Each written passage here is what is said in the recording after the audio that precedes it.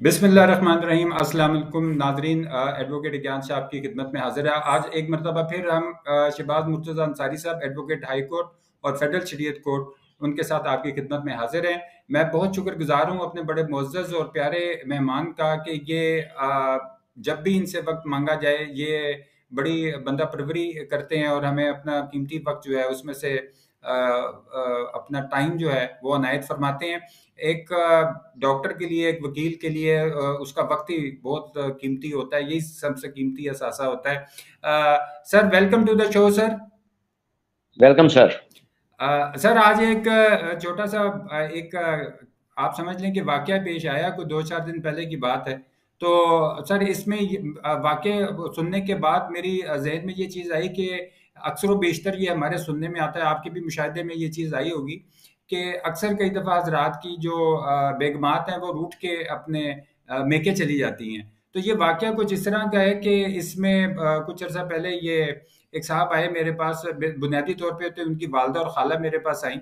तो उन्होंने ये चीज़ कही कि जी वो इस तरह हमारे बच्चे की शादी हमने की थी, साल एक हुआ है और एक बच्ची भी है। और वो बच्ची को लेके मोहतरमा जो है वो अपने मेके चली गई हैं अपनी माँ की तरफ।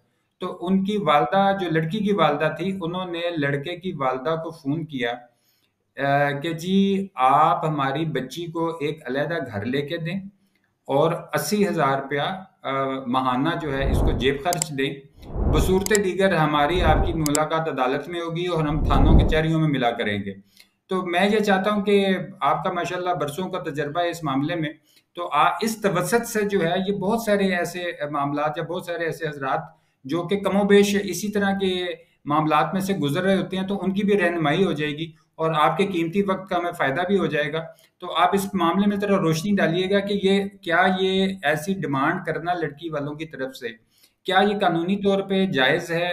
या अगर ये जायज़ है तो किस तरह जायज़ है, और अगर नहीं जायज़ तो क्या इसका कुछ सद्देबाप किया जा सकता है? कोई कानूनी रास्ता इसके लिए लड़के के हवाले से अगर कोई मौजूद है तो उस पर रोशनी डालिएगा सर।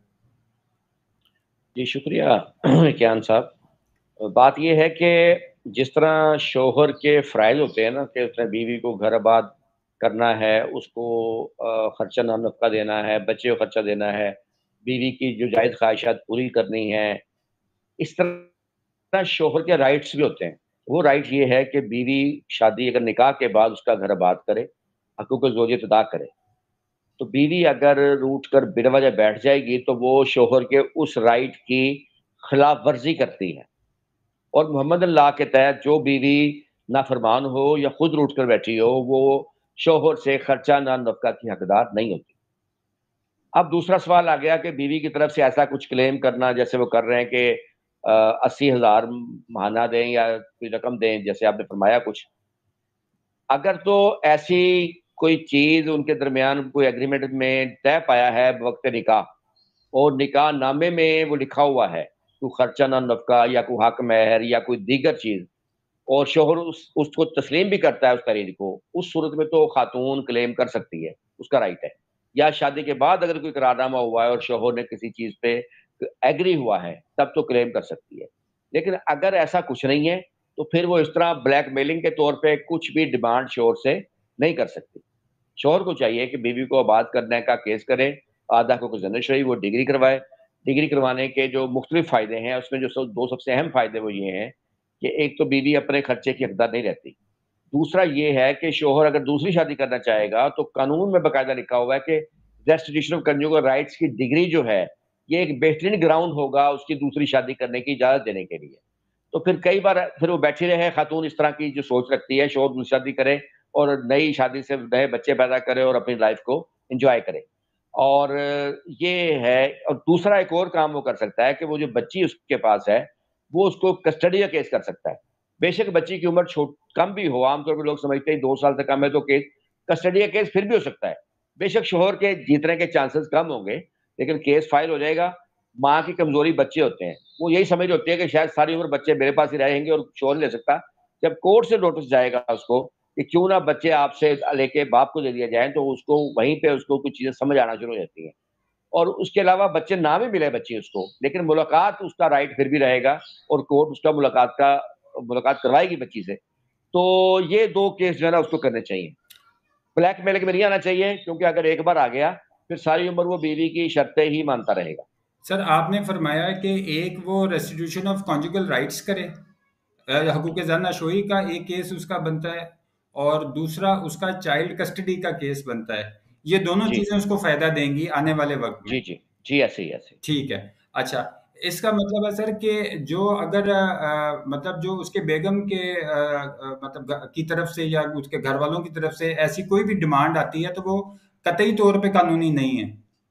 اگر وہ نکاح نامے سے ہٹ کے ہے یا کوئی قرار نامہ لکھا گیا ہے اس کے مطابق ہے تو ٹھیک ہے، اگر نکاح نامے تحریر ہے۔ اگر ایسا کچھ نہیں ہے پھر وہ خلاف قانون بھی ہے اور مکمل طور پہ غلط ڈیمانڈ ہے جس کو قبول نہیں کرنا چاہیے۔ جی بہت شکریہ ناظرین، آپ نے یہ چیز نوٹ فرمائی کہ یہ اکثر و بیشتر جو ہے آپ کے ارد گرد میں ایسے معاملات پیش آتے ہیں کہ جس میں کسی کی بیگمات وغیرہ اپنے روٹ کے میکے چلی جاتی ہیں اور اس کے بعد کسی قسم کے مطالبات وغیرہ کرتی ہیں۔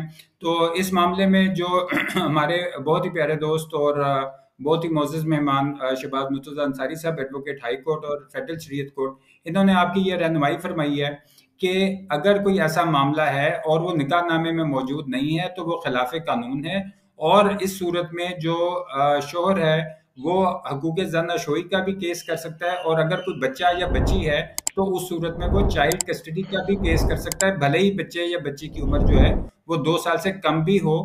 اس میں جیتنے کے چانسز کم ضرور ہوتے ہیں لیکن آپ یہ نہیں کہہ سکتے کہ نہیں ہوتے۔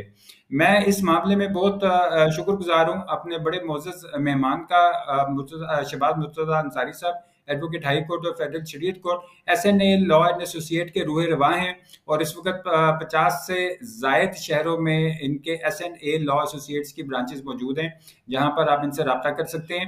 اس کے علاوہ اسکرین پہ دیے گئے نمبر کے اوپر ان کا واٹس ایپ بھی موجود ہے، آپ ان سے واٹس ایپ پہ بھی رابطہ کر سکتے ہیں۔ سر میں آپ کا بہت شکر گزار ہوں سر، تھینک یو ویری مچ کہ آپ نے آج اس بڑے ہی عام مسئلے کے اوپر جو ہے بڑی ایک کم وقت کے اندر جو ہے اپنا ایک سلوشن جو ہے جو عام طور پہ لوگوں کے علم میں بھی نہیں ہوتا، وہ آپ نے مطلب لوگوں کی رہنمائی فرمائی ہے اور ہماری بھی رہنمائی فرمائی ہے۔ ہم بھی آپ سے بہت کچھ سیکھتے ہیں آپ سے گفتگو کے اندر۔ Sir thank you very much for sir today's time. میں انشاءاللہ نیکسٹ ویلکم ویڈیو سر، میں آپ کے ساتھ حاضر ہوں گا۔ ناظرین ویلکم۔ آج کی ویڈیو کے لیے اتنا ہی۔ اگلی ویڈیو تک آپ ایڈوکیٹ اکیان شاہ کو اجازت دیجیے۔ اپنے گردنواح کا اور اپنے چینل کا بہت خیال رکھیے گا۔ تھینک یو ویری مچ، اللہ حافظ۔